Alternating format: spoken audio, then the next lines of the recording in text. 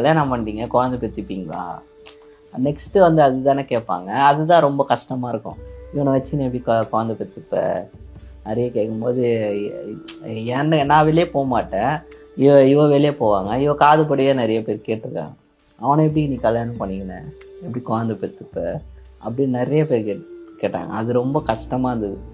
என்னடா இது, அப்போது எல்லாருமே வந்து அப்போ கல்யாணம் பண்ணலன்னா இப்படி இருக்கிறான், இப்படியே இருந்து இப்படியே செத்து போயிடணுமா? அப்போ வந்து நான்லாம் கல்யாணம் பண்ணிக்க கூடாதா? இப்போ நல்லா இருக்கிறவங்களை கட்டிக்கினே வந்து குடிக்கிறாங்க, அப்படி போகிறாங்க, தேவையில்லாத பண்ணுறாங்க. மெயின் ஹைலைட் வைக்கிறதுனால இவன் சம்பாதிப்பானா? ஆமா, அதுதான். நான் இது வேணும்ப்பா எனக்கு வாங்கி கொடுப்பா அப்படின்னு கேட்கறதுக்கும் மேல எங்க வீட்டுக்காரர் என்ன பாத்துக்கிறாரு. அது ரொம்ப சந்தோஷம் எனக்கு. ஆனா வீட்டுல வந்து பாத்தீங்கன்னா அந்த லவ் தெரிஞ்சவொன்னே போட்டோ பாத்துட்டாங்க. போட்டோ பாத்துட்டோன்னா வானான்னு யாரும் வேணான்னு சொல்ல முடியாத வேற ஒரு இடத்துக்கு என்ன இட்டுன்னு போயிட்டாங்க. பக்கத்துலயே கோயம்பேடு தெரியும் உங்களுக்கு, அந்த இடத்துக்கு இட்டுன்னு போயிட்டாங்க. அங்க வந்து மாப்பிள்ளை பார்த்துட்டு மறுநாள் காலையில கல்யாணத்துக்கு எல்லாம் அரேஞ்ச் பண்றாங்க.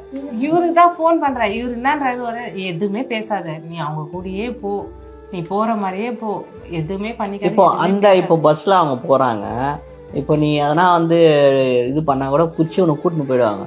இப்போ அங்கே போயிட்ட பேருக்கு அவங்க எங்க எதனா வேலைக்கு எதனா பண்ணுவாங்க. நீ அந்த டைம்ல வந்துட்டா ஒன்றும் பிரச்சனையே இருக்காதுன்ட்டு. அப்போ வந்து வீட்டாண்ட ஒரு அக்கா இருந்தாங்க, அவங்களோட போனும் வாங்கிட்டாங்க, போனும் என்கிட்ட கொடுக்கல. அப்போ வந்து பார்த்தீங்கன்னா வீட்டாண்ட ஒரு அக்கா இருந்தாங்க, அவங்க கிட்ட வந்து நம்பர் இருக்கும், இவர் நம்பர். 4:30 மணிக்கு இப்போல்லாம் டைம் இது ட்ரெயின் இருக்கும்ல, அதனால 4:30 மணி ட்ரெயின், 5 மணி ட்ரெயின். அங்கேருந்து கிளம்பி பஸ்ஸில் வந்துட்டேன், கோயம்பேடுலேருந்து பாரிஸ் பஸ்ஸில் வந்துட்டேன். அங்கேருந்து போயிட்டு அப்பாவை பார்த்துட்டு என் பர்ஸ்லேருந்து அப்பாவுக்கு ஒரு 200 ரூபாய் எடுத்து கொடுத்துட்டு அவருடைய ஃபோட்டோஸ்லாம் எடுத்து என் பர்ஸில் வச்சு, அப்பா தான் இருந்தாங்க அந்த டைம். வந்து அவரை விட்டுட்டு வரதுக்கே ஒரு மனசு ரொம்ப கஷ்டமாக இருந்தது. அம்மா வீட்டில் வாங்கின சிம் வந்து எடுத்து வர வெளியே ட்ரெயினில் உடச்சி போட்டுட்டு அந்த சிம்மை போட்டுட்டு அப்பா கிட்ட சொல்லிட்டு நான் போயிட்டு வரேன்ப்பான்ட்டு வந்தேன் அன்னைக்கு. அதுக்கப்புறம் இவர் மாமா என்ன பண்ணாங்க, ஃபோன் ஆன் பண்ணலாம் தேவையில்ல, இங்கே வந்து பார்த்துக்கலாம். நாங்கள் நம்ம ஊர் கோவிலே தான், அந்த கோவிலில் தான் கல்யாணம் நடந்தது. சிம்பிளாக தான் நடந்தது, யாரும் இல்லை, நம்ம ஊரில் ஜனங்க தான். மண்டபத்துக்கு வந்து அப்பாலாம் போய் கேட்டாங்க, மாமா என்னன்னா வேணாம் எனக்கு வந்து கொஞ்சம் அசிங்கமா இருக்கும் அப்படின்னாங்க. அப்புறம் மண்டபத்துலன்னா அங்க போயிட்டு உட்கார வைக்கணும், மண்டபத்துல மாமம் போடுவாங்க, அப்படி கை எத்த தாலி கட்டுற மாதிரி இருக்கும். அங்க வந்து சில ப்ரொசீஜர்லாம் இருக்கு, அதை சுத்திக்கணும் வரணும்னுவாங்க. இங்க அப்படியெல்லாம் இல்லை, சேர்ல இவ்வளோ உட்கார வச்சிட்டேன், சேர் மேல நான் நின்று தாலி கட்டிட்டேன், அவ்வளவுதான். சிம்பிளா முடிஞ்சது. ஆனா 3 முடிச்ச இவங்க தான் போட்டாங்க, அது வந்து ரொம்ப சந்தோஷம். அதுதான் ரொம்ப ஸ்ட்ராங்கா போட்டேனா.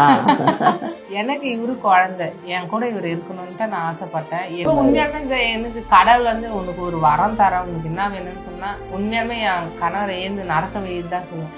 இது நானும் அதை தான் சொல்லுவேன். எங்க மாமியாரும் மாமனாரும் அம்மா அப்பா அவங்களும் அதை தான் சொல்லுவாங்க. வேற நாங்க கடவுள்கிட்ட எதுவுமே கேட்க மாட்டோம். என் வீட்டுக்காரி என் கூடயே இருக்கணும், என் குழந்தைய பார்த்து நீ எங்க கூடயே இருக்கணும், எங்கேயும் வெளியே போகக்கூடாது, இருமா ஃப்ரெண்டுங்களை பார்த்துட்டு வரேன் அந்த மாதிரின்னு சொல்லக்கூடாது. ஒரு ஃபோன் பண்ணா நான் இங்க இருக்கேன் அந்த மாதிரி இருக்கிறது அவளுக்கு பெனிஃபிட்டா இருக்கு. ஐயோ அப்படி சொன்ன அதுதானே. இல்லை இப்போ நான் அப்போ வெளியே போயிட்ட உடனே எதனா வந்த உடனே நான் வெளியே போய் டைம் ஸ்பெண்ட் பண்ண முடியாது, உன்கிட்ட சரியா பேச முடியாது. இப்போ நான் எனி டைம் நான் உன் கூடவே தான் இருக்கேன், பாப்பா கூடவே தான் இருக்கேன், எதுவுமே பிரச்சனை இல்லை. அப்போ சண்டை வரும், சண்டை வராமலாம் இருக்காது, எல்லார் வீட்லயும் சண்டை வரும். நான் ஒரே ஒரு கேள்வி உங்களை கேட்கறேன், அது கொஞ்சம் உண்மையா சொல்லுங்க. இப்ப நம்ம வீட்டுல இருக்கோம், நார்மலா நம்ம வீட்டுல இருக்கோம், வீடியோ எடுக்கிறோம், என் கூட எதுனா கொஞ்சம் டைம் ஆச்சு எதனா பேசுறீங்களா? இல்ல, இருந்தாலும் உங்க மூஞ்ச பாத்துட்டே இருக்கு, அதுவே நான் போதும் தானே. செல்ல தரனா வீடியோ எடுக்கிறோம் சிஸ்டர், எடிட் பண்றோம், அதுலயேதான் இருக்காரு, என்கிட்ட பேசுறதே இல்லை. அப்படி போய் அவ பக்கத்துல நான் உக்காந்தாலும் பாப்பா அடிச்சு துரத்திடுறா.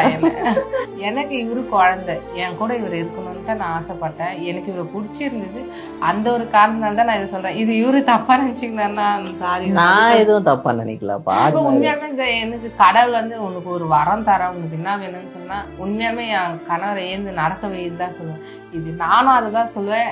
எங்க மாமியாரும் மாமனாரும் அம்மா அப்பா அவங்களும் அதை தான் சொல்லுவாங்க. வேற நாங்க கடவுள்கிட்ட எதுவுமே கேட்க மாட்டோம்.